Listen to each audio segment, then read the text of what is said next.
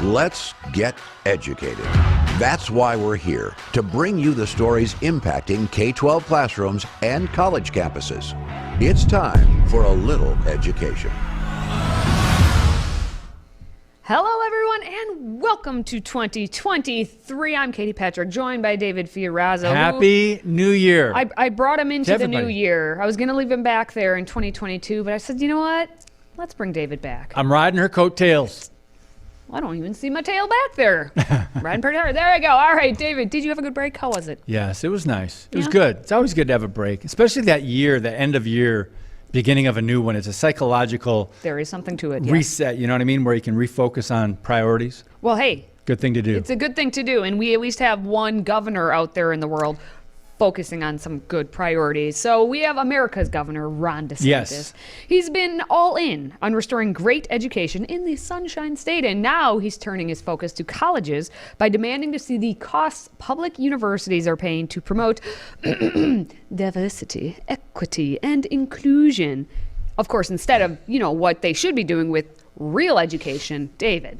DEI. I tell you, or DIE, as I like to say. So the headline, let's look at the headline. DeSantis puts woke colleges on notice, tells them to hand over diversity receipts. Oh, sounds like he would like to see some accountability. Accountability? Yes. Oh, that's not what we talk about. We need to start using that word in America again. Accountability. Make accountability great again. There we go. Let's do it. Do we know how to spell accountability, though? That's the issue. Okay. So the memo was addressed to Florida Education Commissioner Manny Diaz and Florida State University System Chancellor Ray Rodriguez, which was sent December 28, posted to social media on Wednesday by DeSantis press secretary Brian Griffin.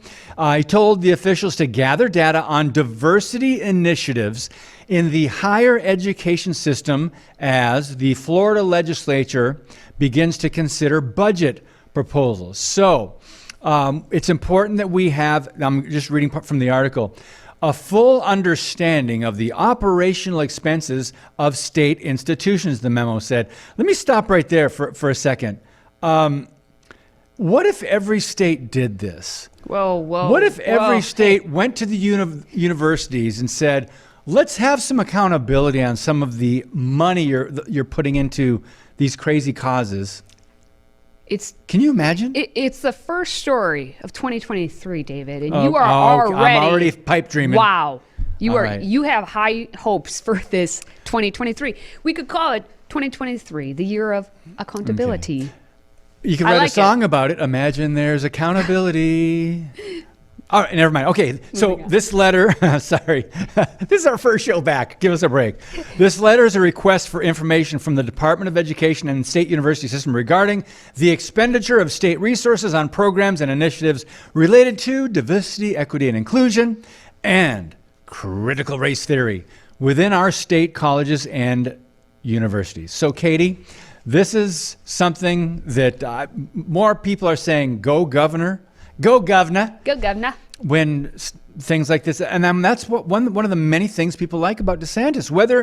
Even some Democrats are saying, yeah, I guess we should have maybe a little accountability. And that's precisely the point. How can you, as a constituent within the state or just as a citizen of this country, not be like, yeah, within my own state, I think it would be good if we followed the money and knew what was happening at the university level because they're receiving funding from me and you, the taxpayer. And this should be happening, obviously, with our public school system as well. And there are parents who let's not go that far. Let's not go to the K-12 system.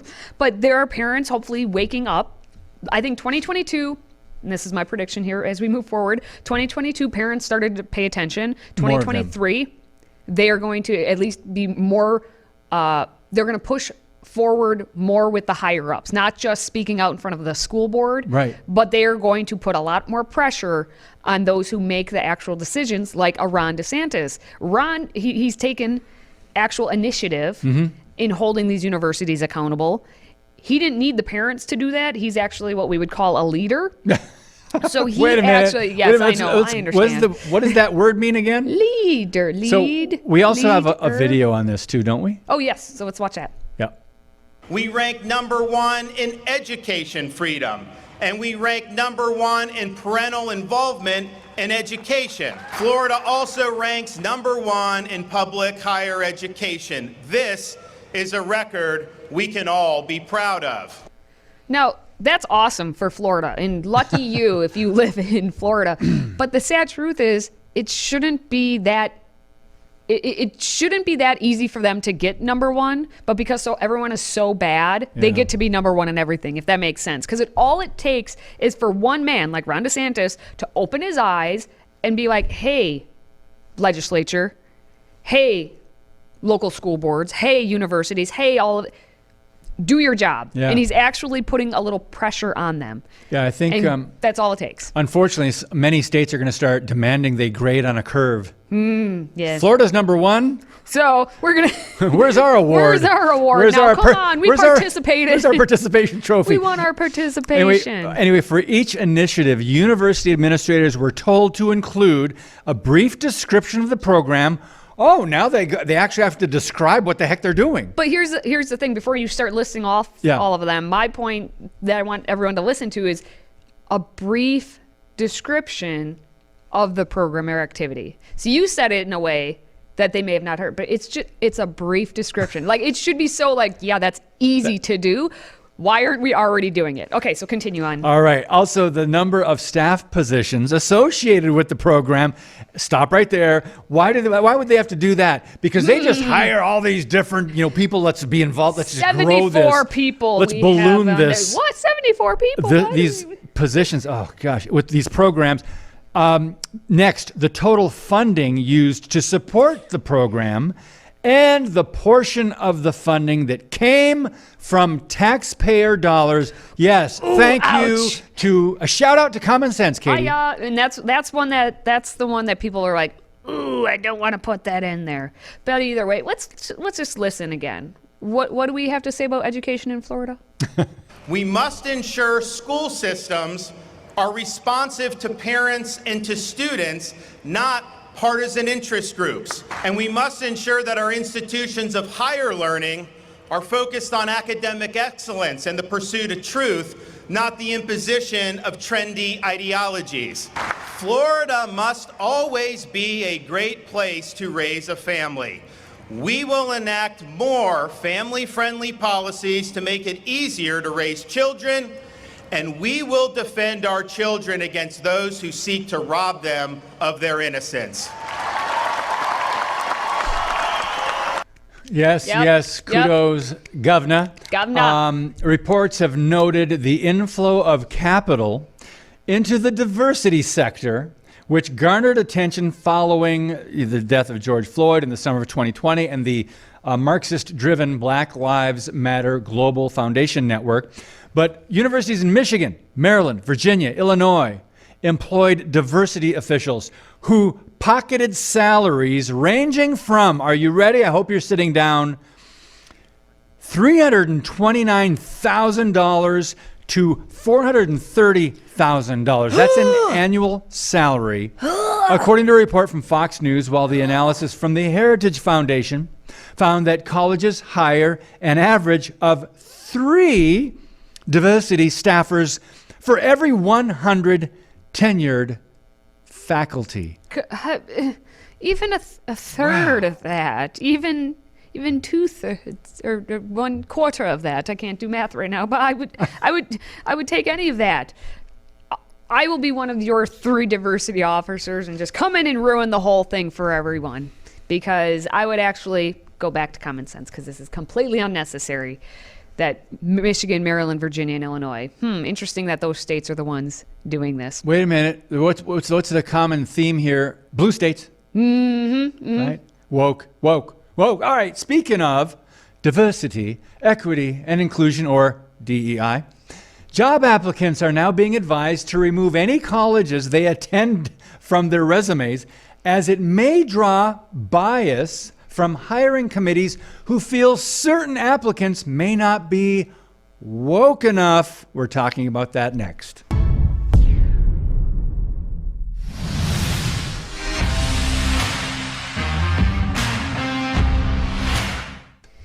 For decades, we've been told go to college, you put that college then on your resume, and you get a job.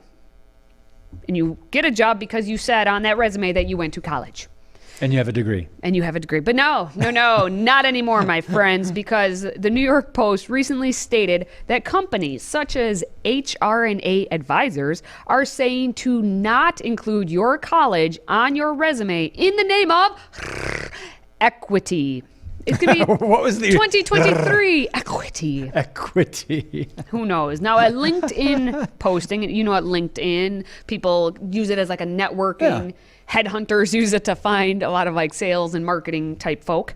Well, a LinkedIn posting by the Tribeca-based real estate consultancy asked applicants for the $121,668 to $138,432 a year position. So you're making, let's just say $130K.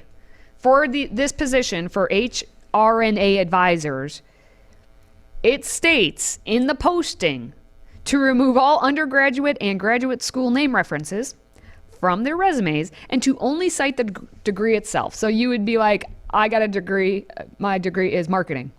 You don't say where that marketing degree came from. Maybe you just made it up because apparently they don't care a whole lot. Now, a quick look through the rest of the HR&A postings, because it's not just that director position that they had posted. It confirmed that this policy extends company-wide as part of their ongoing work to build a hiring system that is free from bias and based on candidate merit and performance. And you may be saying to yourself, amazing, we're actually going to hire people based on their merit and their performance. And I would say, hey, I am in agreement with that. Except that's not really what they mean. That's not what they mean at all. Because these days you have to think about how these degrees came to be, right? Usually you get in college, even like the elites now, Harvard, the Stanfords of the world, they don't require SATs. The American Bar Association is dropping the LSATs, right? That's the showing that you actually have something going on between those ears. You know, that you should maybe then study law and practice law and help others out. And all of what they're doing at the university level is in the name of, racial equity. And so what's happening with this company, with this position, is what they really mean to say is we're doing this in the name of equity, not merit, not performance, equity. Wokeness. I have a question, though. I'm kind of having a hard time understanding why they would not want certain colleges to be on a resume. Because, equity. Well, aside from that, I'm thinking more like a level-headed, sane, common sense thinker. I realize that. Yes. Mm. But some people, I think I saw something in the article about someone who went to a college he could barely afford because he knew that would look good on his resume. Not necessarily the degree, but the college that he went to. Yeah. A lot of people do that. I don't necessarily think that's a great idea. A lot of people do that. Or go into debt. Let's not even go down that rabbit hole, because we'll go down the debt rabbit hole. But anyway, all right. What I want to point out about this is the author of this article that the New York Post ran, his name is David Christopher Kaufman, and he said, I myself attended universities, Brandeis, NYU, that were far above my family's affordability level. That's what you're talking about. Right. Precisely because I knew they were investments in my long-term earning potential, as well as a way to keep me on the straight and narrow in high school. Sure, as with many Americans, particularly African Americans like myself, I took on student debt, but the quest for academic success not only helped me avoid most teenage troubles, it also helped me secure a career with good pay and a strong sense of self-worth and satisfaction. Policies like HR&As are not just punitive, they're downright lazy. Telling young people, particularly the young people of color, this school-blind hiring purports to benefit.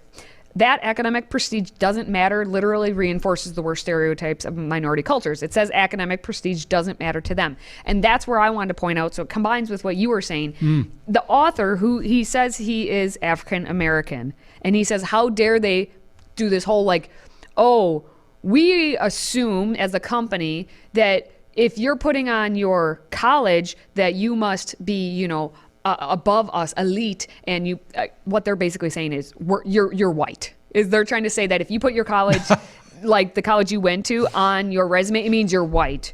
Because otherwise, it's just you wouldn't be going to college if you were black. That's what he's trying to lean into. That makes a lot of sense. He's saying like they're making it sound like I can't get into college, and so it's not fair to me. So I shouldn't list the college, even though clearly your race has nothing to do with the fact if you can get into college and do well at college and come out with a degree and then get a good job.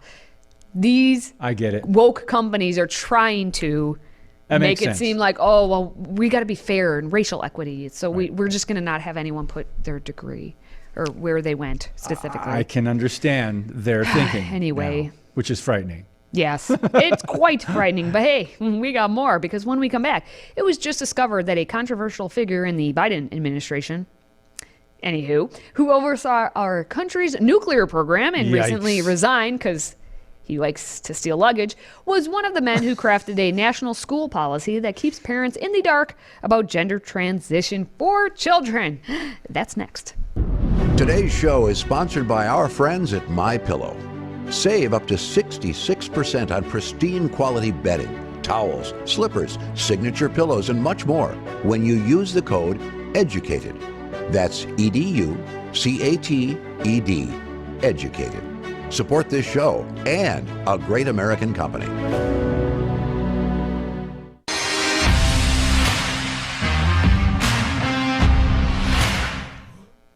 If you've been paying attention to the news, you may remember Sam Brinton, who is the non-binary former federal government official who decided that stealing people's luggage was cool or something. So he's now facing significant prison time. But before this, we got to take it back a step. Before that, he also played a key role in developing a model school policy adopted in multiple states that instructs school districts to keep unaffirming parents. That's the new buzzword, unaffirming parents. So parents who say they had a boy, they're the bad and they parents. have a boy, right? They are now considered to be unaffirming parents. So if your son is a boy and says he's a girl, but you're saying you're a boy, then you are an unaffirming parent.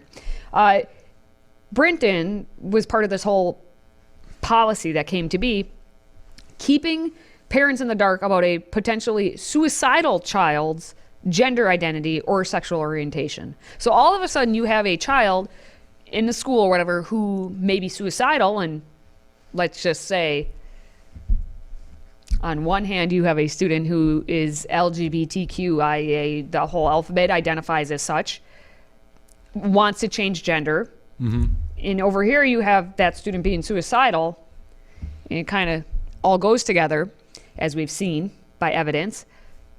Brinton came up with and participated in a program to keep mom and dad in the dark about it. Jeez. And so basically, again, as you saw in the imagery, Brinton himself is a biological male.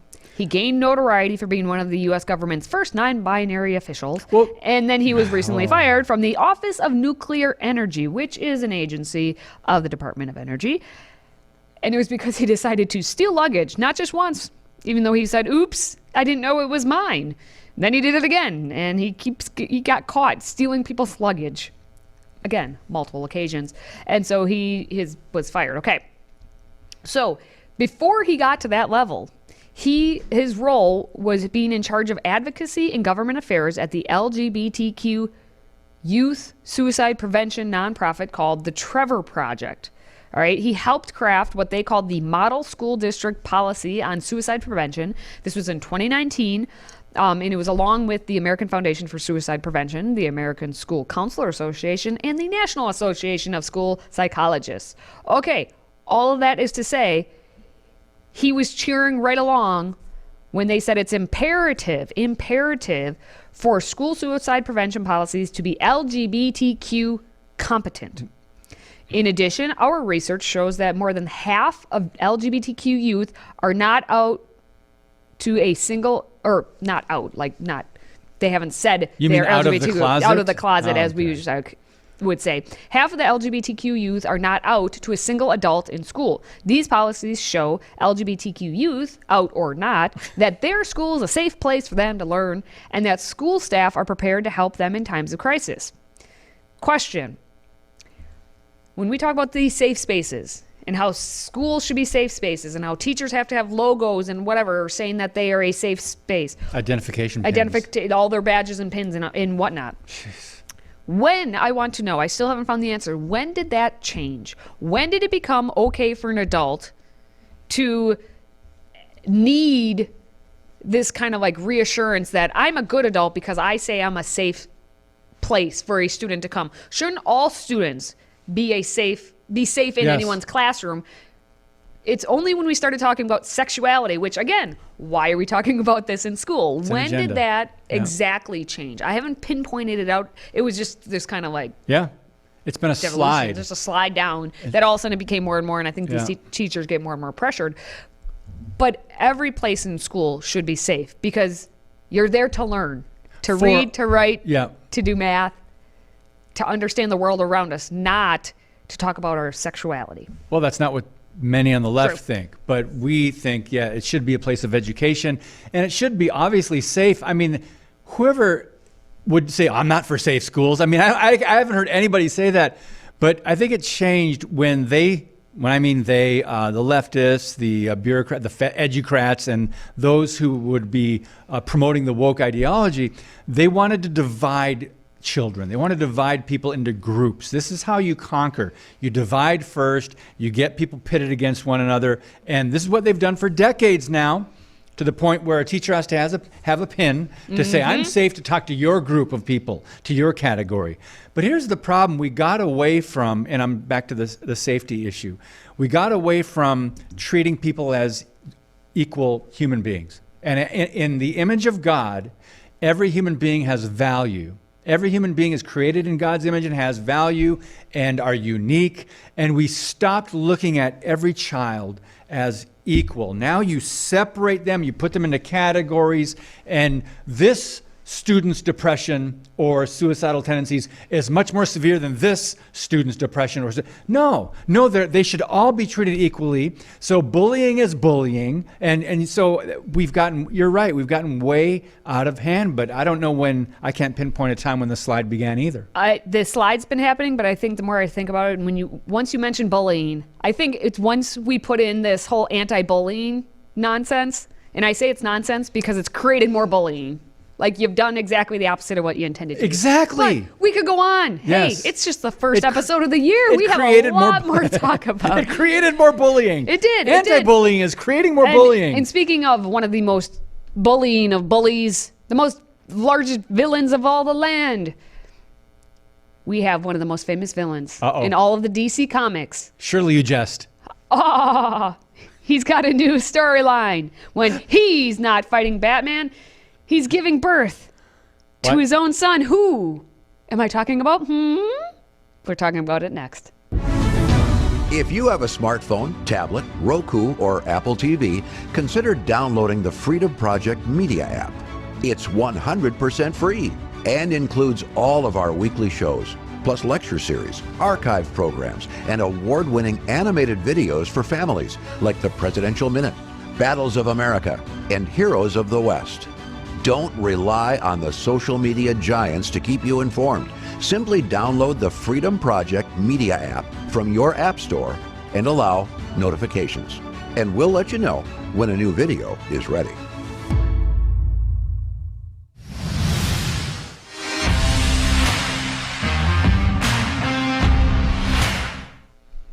Well, there is this thing happening where it's really fascinating that some businesses, organizations, corporations don't evidently care about making money anymore.